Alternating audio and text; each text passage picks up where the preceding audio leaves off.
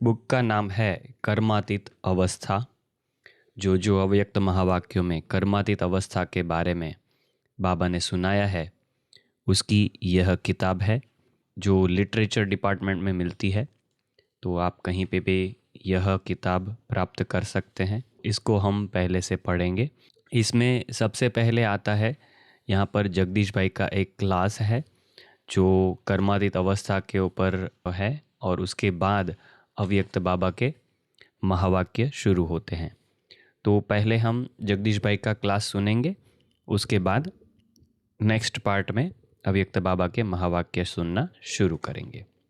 Title है देहातीत, संसारातीत और इंद्रियातीत बनना ही कर्मातीत अवस्था है। ज्ञानी वो है जो अपने परम लक्ष्य को प्राप्त करता है।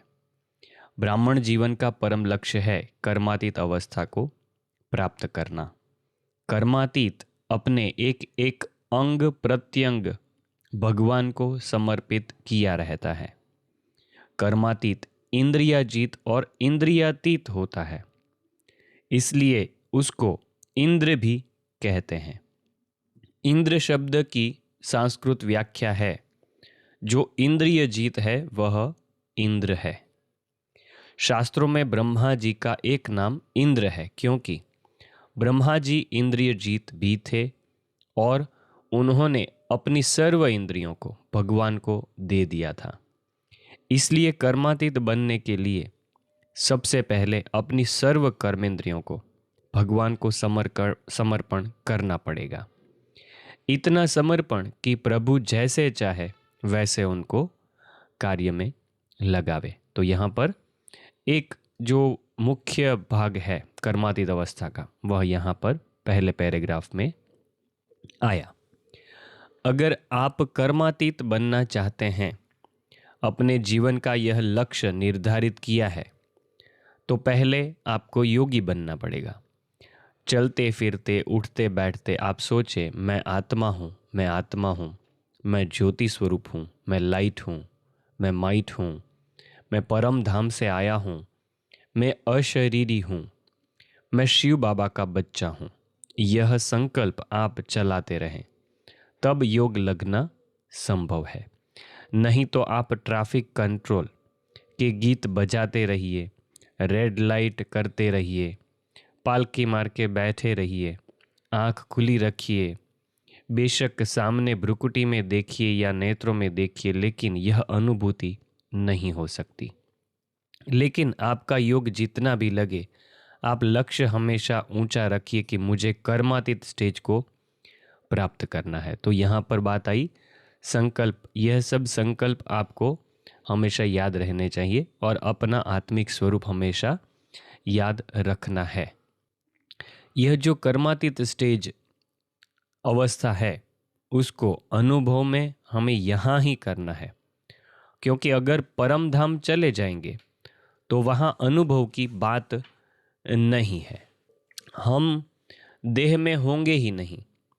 इसलिए इस शरीर में, इस संसार में रहते हुए हमें वहाँ का अनुभव करना है।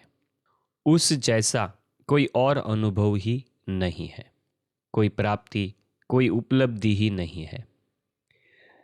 वह अतुल है। उसकी तरफ अगर हमारा ध्यान नहीं है, हम बाकी सब कामों में पड़े हुए हैं, तो समझना चाहिए कि हम बहुत गुमराह हैं। हमने अपने परम लक्ष्य को छोड़ दिया है। तो पहले हम उस स्टेज का अनुभव करने की कोशिश करें और उसका अभ्यास करें।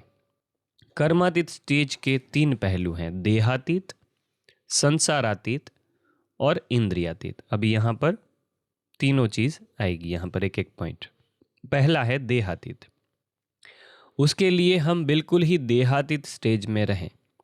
देह का भान जरा भी न हो, देह की दुनिया का संकल्प जरा भी न हो। देह के व्यक्ति और वस्तुएं, प्रकृति के बने हुए जो भी स्थूल पदार्थ हैं या जो देहधारी है, देह के जो संबंधी हैं, उनके साथ लगन की लागत की बात तो छोड़ दीजिए, लेकिन किसी भी देहधारी की स्मृति भी ना आए। जैसे परम धाम में जब आत्मा होती है तो इस प्रकृति की दुनिया से पार होती है। परात पर, परे ते परे, जिससे परे और कुछ नहीं है।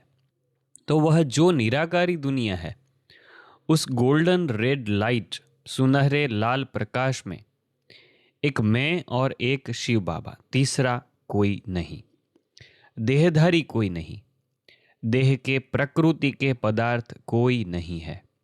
वह जो मेरी स्टेज है, उस स्टेज पर मैं जाऊं और उसका अनुभव करूं, यह है कर्मातीत स्टेज का पहला पहलू। दूसरा कर्मातीत का पहलू यह है कि संसार में जब मैं कर्म करूं तो कर्म का जो हानि लाभ निंदा स्तुति मान अपमान हर्ष शोक होता है, कर्म के साथ कर्म फल जुड़ा हुआ है, तो उस कर्म फल से मैं प्रभावित न हो जाऊं। संसार में कर्म करते हुए भी कर्मयोगी रहूं, किसी भी बात से प्रभावित न हो जाऊं, साक्षी दृष्टा होकर उपराम चित्त होकर इस संसार से संसारातीत होकर देखता रहूं। उस स्थिति में मान अपमान आदि का कुछ भी असर न हो, जिससे हम कहेंगे कर्मातीत स्टेज, यानी कर्म के फल से भी अतीत। तीसरा पहलू कि जो कर्म हम करते हैं उसमें यही भान रहे कि शिव बाबा हमसे करा रहे हैं। हमने तो यह शरीर और कर्मेंद्रियां उसको दे दी है। अब इस गाड़ी का ड्राइवर, चलाने वाला, इसको काम में लगाने वाला वह है। हम तो इंस्ट्रूमेंट, निमित्त मात्र हैं। इससे कार्य लेने वाला वह है जिसके प्रति हमने समर्पित कर दिया। इसमें बहुत मेहनत चाहिए, काफ़ी चीरकालीन अभ्यास चाहिए, मतलब लंबे काल का अभ्यास चाहिए, तब जाकर यह स्टेज बनती है, ऐसे नहीं बनती है। यह तीनों अभ्यास जब इकट्ठे चले तब वह जो निराकारी स्थिति है, बीज रूप स्थिति है, बिंदु रूप स्थिति है अथवा कर्मातीत स्थिति है, उसका अनुभव हो सकेगा। हमको यह उम्मीद न रहे कि हमने जो अच्छा काम किया है उस पर किसी का ध्यान ही नहीं है, बड़ों ने कुछ एक शब्द भी महिमा का कहा नहीं है। यह आशाएं तृष्णाएं जो हमारे मन में लगी हुई है और इनसे जो हम प्रभावित होते हैं, बल्कि उत्सुक रहते हैं, उसके लिए हमें उत्कंठा बनी रहती है। तो जैसे कर्मातीत स्टेज से हम बहुत दूर हैं, कोसों दूर हैं, तो हमें ऐसी स्टेज का अभ्यास करना चाहिए कि हम अपनी मस्ती में मस्त रहें। इसको ही सेल्फ रिस्पेक्ट, स्वमान कहा जाता है। हम जो हैं, जैसे हैं, हम अच्छे कर्म करते चले, किसी पर भी आश्रित न हो, डिपेंडेंट न हो। बाबा ने जो हमें मर्यादाएं, नियम बताए हैं, कर्म के विधि विधान बताए हैं, उनके अनुसार हम कर्म करते चले। हम शिव बाबा के लिए कहते हैं कि वह करन करावनहार है। ऐसे हम जो कर्तव्य करते हैं उसमें ऐसा अनुभव हो कि करन करावनहार वही है, वही करा रहे हैं, हम तो निमित्त हैं। ऐसे अनुभव हो कि हमें देह है ही नहीं और हमें कुछ भी नहीं चाहिए। कोई कहेंगे यह तो बहुत अच्छी सेवा कर रहे हैं, इसकी बुद्धि बहुत अच्छी है, इसकी योग्यता बहुत अच्छी है, यह फलाने काम को जानते हैं, तो हम खुश हो गए। और अगर हमें 10 आदमियों ने कह दिया यह खराब है तो खराब हो गए, और 5 आदमियों ने कहा अच्छे हैं तो अच्छे हो गए। यह तो बेपेन दे के लौटे हुए। इसलिए कहते हैं कर्मण्ये वाधिकारस्ते मा फलेषु कदाचन। कर्म पर तेरा अधिकार है, फल की चिंता तू ना कर। तो यह भाव अगर हमारा रहेगा तो कर्मातीत अवस्था का अनुभव होगा। कर्मातीत स्टेज वह है जिसमें हम विकर्मों से, विकारों से, नेगेटिव थिंकिंग, नकारात्मक विचार से, शरीर की याद से, देहधारियों की याद से, देह के संकल्पों से, प्रकृति के पदार्थों के संकल्पों से छुटकार मैं आत्मा हूँ, ज्योति स्वरूप हूँ, उस स्वरूप में टिक जाते हैं। वह सांसारिक स्टेज नहीं है। कर्मातीत स्टेज एक प्रकार से पारलौकिक स्टेज है। परम धाम में जब हम अपने को अनुभव करें, उस लाइट और माइट, प्रकाश और शक्ति का गोला अनुभव करते हैं, बस और कुछ नहीं। उसी में समाये हुए हों। उसमें हमें ऐसा अनुभव होगा कि जैसे लाइट और माइट हमारे ऊपर उतर कर और हमारे शरीर से निकल कर उसकी पावरफुल करंट जैसे सारे संसार में फैल रही है। लाइट और माइट उसको घेरे हुए हैं और सब तरफ फैल रही है। तो ऐसा लगेगा जैसे शरीर छोड़ने से 1 मिनट के पहले की स्टेज हो। यह देह तो है ही नहीं। वह भी बाद में आप सोचेंगे जब उस स्टेज से नीचे उतरेंगे।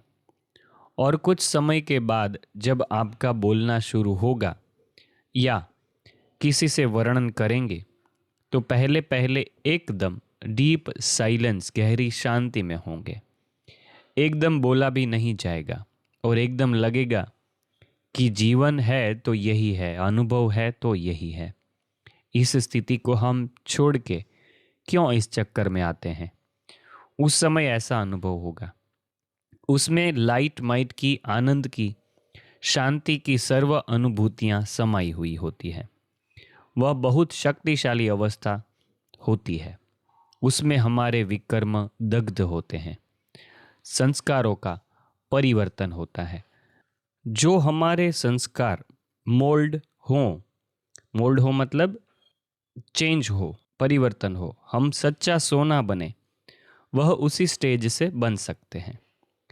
तो यह शक्तिशाली अनुभव हम करें। उसके लिए कर्म करते हुए भी हम उसके प्रभाव में न आए, निंदा स्तुति मान अपमान में न आए और इंद्रियों से अतीत हों। जैसे जैसे योग और कर्म योग से कर्मातीत स्टेज का अनुभव करेंगे, वैसे वैसे इंद्रियातीत और देहातीत होंगे। जैसे जैसे आप देहातीत और इंद्रियातीत होंगे, वैसे वैसे ही आप उसकी स्थिति में टिक सकेंगे। ये दोनों आपस में आश्रित हैं, इसलिए इसका साथ साथ अभ्यास चलना चाहिए। तो बीच बीच में समय निकाल करके यह अभ्यास करना चाहिए। पहले पहले जब आप सोचेंगे मैं ज्योति स्वरूप आत्मा हूँ, तो आपके सामने वह ज्योतिर्बिंदु ही आनी चाहिए। वह अपने मन से खिसकनी नहीं चाहिए। फिर सोचे कि मेरे चारों तरफ लाइट है, इस शरीर के साथ लाइट का शरीर है जो मुझे घेरे हुए है। उस स्थिति में पहुंचते चले जाएं। जैसे वर्षा ऋतु में वर्षा के बाद जब चांद दिखाई देता है, तो चांद के आसपास एक और गोल लाइट होती है। सूर्य के भी आसपास एक और गोल लाइट होती है, जिसको प्रभा मंडल या प्रकाश का मंडल कहते हैं। ऐसे ही हमारा भी प्रकाश का मंडल है, प्रकाश का शरीर है। तो यह अभ्यास आप चलते फिरते, उठते बैठते करते रहिए और इस शरीर को भूलिए। मन को परमात्मा में ले जाएं, ब्रह्मलोक में पहुंच जाएं, जहां सुनहरा लाल प्रकाश ही प्रकाश है, शांति है, पवित्रता है, एकदम गहरी शांति है। और ऐसा लगे कि उस प्रकाश में मैं बिंदु रूप प्रकाश हूं और मेरे प्रियतम शिव बाबा, मोस्ट बिलीवेड फादर, परम प्रिय पिता जो है, जिससे मेरे सर्व नाते हैं, जिनसे मेरा घनिष्ठ प्यार है, जिनके प्रति मैं समर्पित हुआ हूं, मेरे वह प्रिय है और उनकी लाइट और माइट मुझ पर उतर रही है। मैं लाइट और माइट हूं और शिव बाबा की लाइट और माइट मुझ पर पड़ रही है। वह मुझसे चहु और फैल रही है और विकिरण हो रही है, रेडिएट हो रही है। उस समय कोई और संकल्प न करके इसी भाव में, इसी संकल्प में अपने को एकाग्र करें। फिर उसके बाद यह संकल्प भी नहीं रहेगा, बल्कि अनुभव ही रह जाएगा।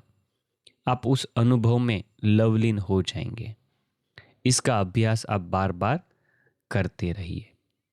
जब आपने कर्मातीत स्टेज का एक बार भी चस्का चख लिया, फिर वह आपको बार बार खींचेगा।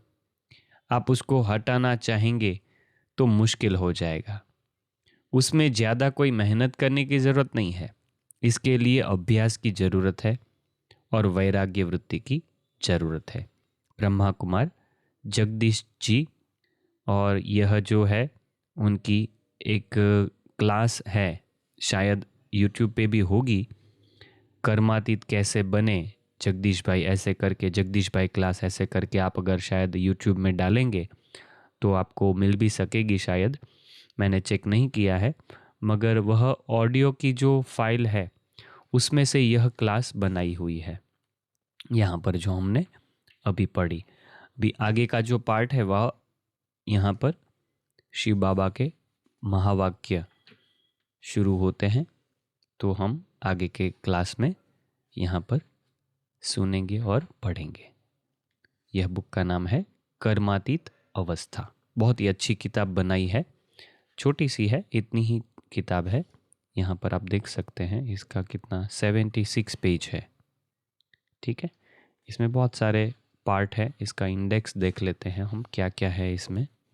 यहाँ पर कर्मातीत अवस्था का अर्थ और परिभाषा, कर्मातीत अवस्था का विषय विस्तार, कर्मातीत अवस्था के लक्षण, कर्मातीत अवस्था से लाभ, कर्मातीत बनने में आने वाली बाधाएं, कर्मातीत बनने के लिए क्या पुरुषार्थ करें, कर्मातीत बनने के लिए अन्य सहायक अवस्थाएं, कर्मयोगी स्थिति, कर्मयोग का अर्थ, कर्मयोगी के लक्षण, कर्मयोगी बनने के लिए पुरुषार्थ, न्यारे और प्यारे की अवस्था, साक्षी स्थिति, बैलेंस की स्थिति, निमित्त भाव, तुरंत फुल स्टॉप लगाने का अभ्यास, उड़ती कला, संतुष्टता की अवस्था, योग में मग्नावस्था, समानता में समीप, कर्मातीत बनने के लिए आवश्यक शक्तियाँ, समाने समेटने की शक्ति, कंट्रोलिंग पावर, परखने की शक्ति, कर्मातीत अवस्था कब बनेगी, कर्मातीत अवस्था का अनोखा दृष्टांत और आदर्श साधक, आदिदेव ब्रह्मा, साकार ब्रह्मा, अव्यक्त ब्रह्मा। तो यह सब टॉपिक इसमें कवर होंगे। आपको यह बुक कैसी लग रही है कमेंट में आप ज़रूर बताएंगे। और कर्मातीत अवस्था के बारे में जो टॉपिक्स भी देखे उसमें से भी कौन सा टॉपिक सबसे इंटरेस्टिंग रहेगा पहले लेने के लिए, वो भी आप लिख सकते हैं। ओम शांति।